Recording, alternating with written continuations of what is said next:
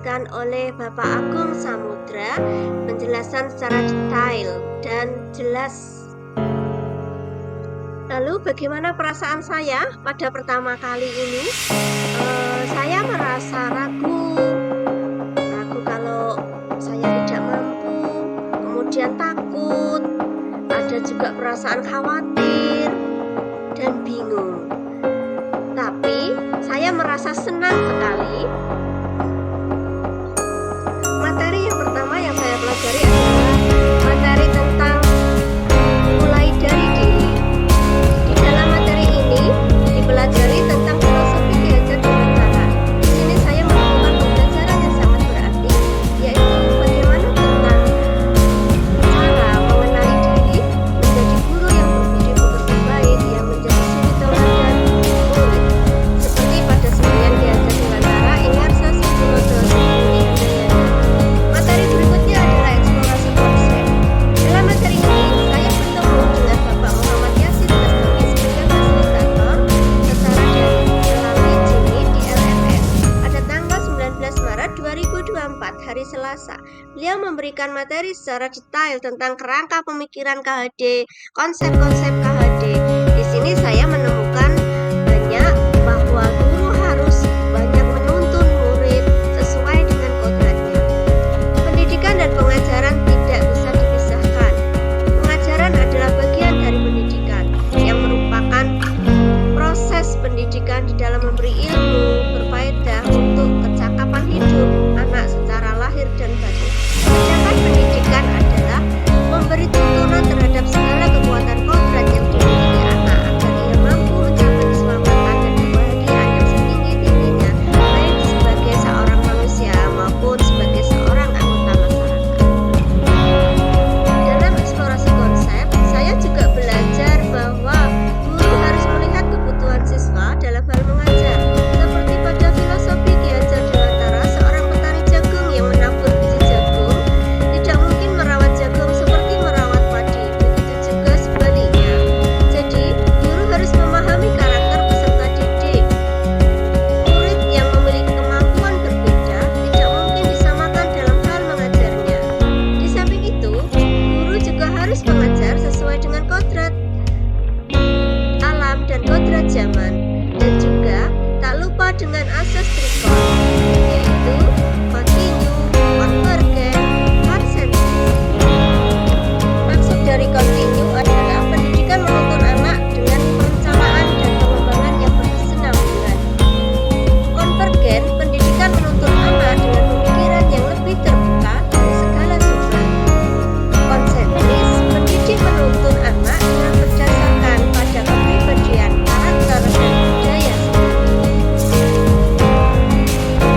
Berikutnya pada tanggal 19 Maret tahun 2024 saya belajar di ruang kolaborasi. Di sini saya belajar diskusi bersama teman-teman CGP yang dipandu oleh Bapak Fasilitator dan Ibu pendamping praktik. Kelas kami dibagi menjadi dua kelompok, yaitu kelompok A dan kelompok B. Diberikan ruang untuk saling berdiskusi dan berkelompok masing-masing.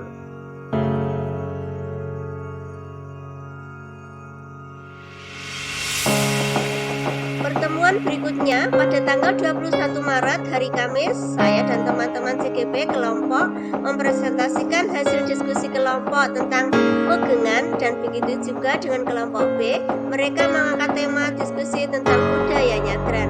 Di sini saya menemukan banyak pengalaman berkolaborasi dengan teman-teman, menghargai pendapat, bekerja sama, dan kami saling berdebat dengan tema yang kami angkat secara positif. Kami pun saling berbagi informasi yang awalnya kurang paham sekarang menjadi paham tentang budaya pegangan dan nyadran.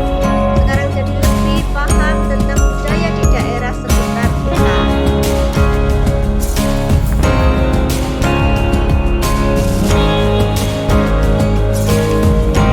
Ini adalah dokumentasi. Di ruang ini saya mempresentasikan hasil diskusi kelompok dan saling berpendapat secara bergantian bersama dengan teman-teman kelompok kami. Pada kegiatan berikutnya, hari Minggu tanggal 24 Maret tahun 2024, saya, kepala sekolah dan pengawas mengikuti lokakarya orientasi PGP Angkatan 10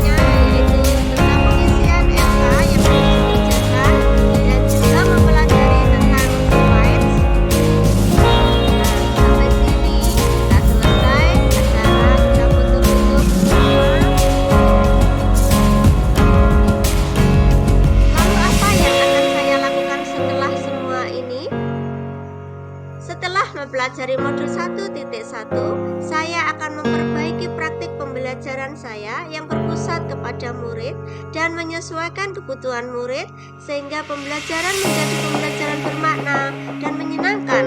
Dan yang akan saya lakukan adalah dengan cara yang pertama, saya akan mengenali dan memahami karakteristik murid, serta dalam proses pembelajaran akan menyesuaikan kebutuhan murid. Kemudian, saya akan menggunakan